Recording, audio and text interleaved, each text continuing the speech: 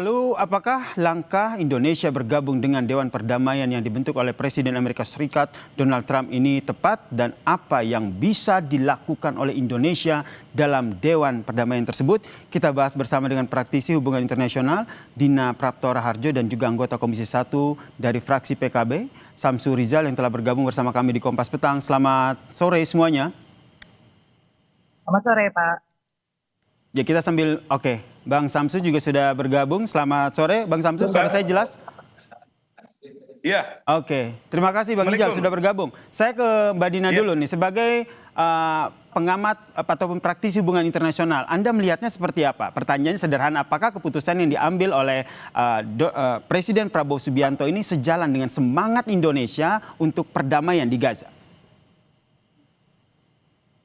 Kalau menurut saya ada satu pertanyaan fundamental yang muncul di kepala saya. Ini sebenarnya motifnya untuk perdamaian atau karena kita takut ditekan oleh Presiden Trump, atau justru Trump sudah melakukan tekanan terhadap Indonesia yang demikian besar secara ekonomi atau karena urusan tarif, sehingga kita mengambil keputusan dengan begitu tergesa-gesa, ya kesan saya.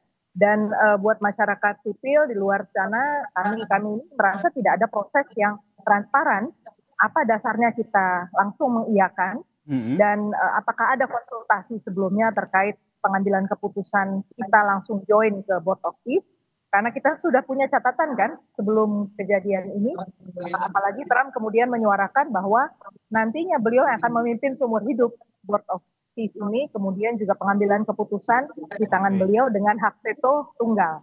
Jadi di mana kita posisinya ini sekarang bebas aktif atau aktif yang sebebas-bebasnya. Jadi tidak nampak lagi daftar kita aktif, tetapi yang penting aktif sajalah, kita bebas dengan melakukan apapun, alasannya dan kemudian. Tahan sampai di situ dulu ya Mbak Dina, karena saya ingin tanya dulu ke Komisi 1 sebagai mitra yang mengurus hubungan luar negeri. Ini sebenarnya tadi Mbak Dina meng-highlight soal transparansi, kemudian ini apakah betul-betul kan kita ingin mengedepankan perdamaian Gaza, atau jangan-jangan kita takut dengan tekanan Trump? Silakan Bang Ijal. Ya, Assalamualaikum warahmatullahi wabarakatuh. Jadi Mbak Dina dan semua yang nonton, yang dengar, sebenarnya Mbak Dina ini menyampaikan kegelisahan kita semua, kegelisahan rakyat Indonesia. Ini kita ikut di board office ini, kita takut sama Donald Trump dan Amerika, atau memang karena kepentingan strategis nasional? Kalau kita runut ke belakang, kalau kita coba cari, apa sih sebenarnya yang membuat kita bisa aktif dalam forum-forum seperti ini? Tujuannya satu, bagaimana Palestina bisa merdeka.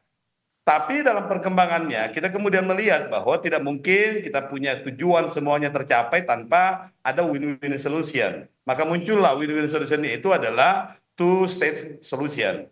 Dan itu kita terima sebagai bagian dari proses negosiasi aktual. Tetapi jangan lupa bahwa tujuan kita itu adalah merdeka. Kalau Palestina merdeka harus melalui perang, kasarnya ya, kalau kita bilang ayo ikut perang. Tapi kalau harus melalui perdamaian, lebih bagus lagi.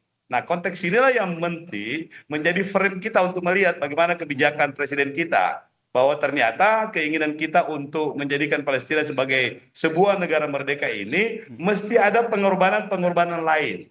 Salah satunya itu adalah two-state solution. Kemudian kita juga ikut dalam forum bentukannya Presiden Trump ini, yang kalau saya sendiri secara pribadi menganggap bahwa Presiden Trump ini seakan-akan betul-betul menegaskan untuk menjadi polisi dunia. Walaupun kemudian diklaim sebagai salah satu lembaga internasional yang juga berada dalam koordinasi dengan PBB. Tapi ingat bahwa board of peace ini bukan lembaga in charge di PBB. Sehingga penting untuk kita menegaskan posisi kita bahwa apapun yang kita lakukan di board of peace ini, solusinya adalah Palestina merdeka. Oke, solusinya adalah untuk Palestina merdeka ya, Bang Ical ya? No problem. Iya. Karena logikanya seperti ini, Bang Ical. Iya, Oke, maaf saya potong, karena logikanya seperti ini kan, kita ketahui bersama begitu kalau Amerika sebentar, karena kalau kita lihat Amerika Serikat sendiri kan ini teman sejatinya Israel, begitu bisa dikatakan seperti itu, begitu. Nah, dari Komisi 1 sendiri bagaimana akhirnya menjelaskan ke publik begitu, apalagi tadi soal transparansi, dan apakah ini juga sudah dibahas begitu? Ya, kita bahas itu tidak dalam konteks yang spesifik soal ini. Tetapi konteksnya adalah bagaimana memberikan kepercayaan kepada Presiden Prabowo untuk melangsungkan langkah-langkah strategis diplomasi. Tetapi konteksnya adalah, goalsnya adalah Palestina merdeka. Ini saya ulang lagi bahwa kalaupun dalam konteks Palestina merdeka kemudian harus ada negara lain yang ikut merdeka, monggo, silahkan, tidak masalah. Tapi win-win solutionnya itu adalah Palestina ada jaminan bahwa Palestina merdeka. Sehingga kalaupun kemudian Israel juga diakui sebagai sebuah negara merdeka, tidak masalah. Nah itu konteksnya. Itu adalah salah satu langkah progresif kita di Indonesia ini yang sebelumnya itu tidak ada toleransi. Palestina merdeka tanpa embel-embel. Tapi kalau kemudian mesti ada diikuti dengan embel-embel yang lain, tidak masalah. Karena itu adalah bagian dari solusi konkret. Saya ke Mbak Dina. Mbak Dina, tanggapannya? Ini kita berarti diajak untuk melakukan refleksi antara proses dengan outcome.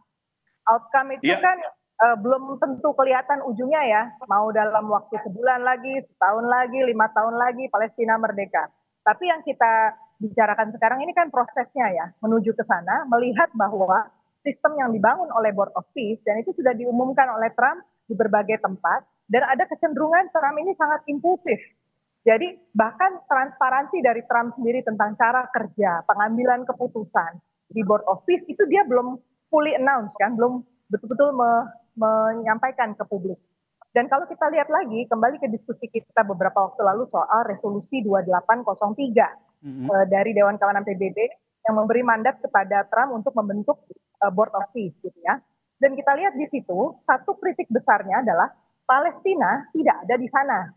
Mungkin satu sisi positif yang saya bisa ambil dari keputusan kita masuk ke Board of Peace itu adalah harusnya Indonesia di situ bisa tegak berdiri menyuarakan keperluan Palestina, karena Palestina belum diajak, tidak diajak. Bahkan kemarin pada saat Board of Peace ini diumumkan di Davos, di World Economic Forum, si Palestinian Authority perginya ke Rusia, jumpa dengan Putin. Itu kan satu hal yang menunjukkan bahwa memang yang dibicarakan ini siapa sih? Kalau two state solution tetapi Palestinanya sendiri tidak ada di dalam gambar, harus ada yang mewakili dan tegak berdiri. Nah itu yang saya pertanyakan tadi, apakah bisa Indonesia tegak berdiri di situ?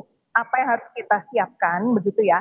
Karena kalau kita cuma berharap ada outcome, tapi prosesnya kita nafikan gitu, terserah aja lah presiden. Kan kita juga harus bantu menjaga presiden ya.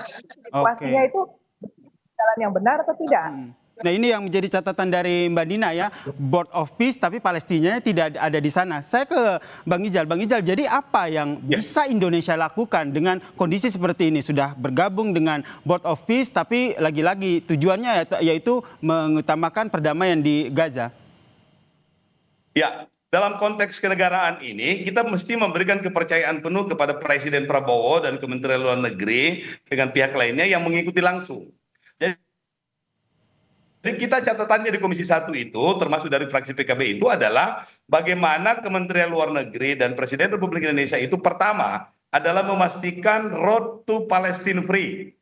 Yang kedua adalah bagaimana proses ini dijelaskan kepada publik Indonesia. Tentu dengan metodologi, tentu dengan tahapan-tahapan bahwa presiden harus mengambil keputusan cepat, silahkan. Tapi setelah itu mesti dijelaskan kepada publik kenapa presiden melakukan langkah-langkah ini misalnya. Pak Menlu sudah menjelaskan sebagian, tetapi tidak semua publik bisa menerima dengan baik bahwa ternyata kita mundur selangkah ini untuk maju lebih cepat. Nah ini yang penting karena selain dalam konteks hubungan internasional, kita juga mesti menjaga opini publik yang favorable untuk Indonesia. Karena kita ingin warga negara Indonesia itu tetap memberikan support penuh kepada presiden, tetap nyaman untuk bekerja karena mereka percaya bahwa presiden kita itu juga membawa suara kita.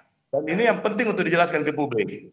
Baik, kita nantikan ya pernyataan lebih clear lagi, lebih detail lagi terkait dengan resminya Indonesia bergabung dengan Dewan Perdamaian yang dibentuk oleh Trump. Terima kasih Bang Samsur Rijal, fraksi PKB dari Komisi 1 DPR dan juga Mbak Dina Prapto Raharja telah bergabung bersama kami di Kompas Petang. Salam sehat semuanya.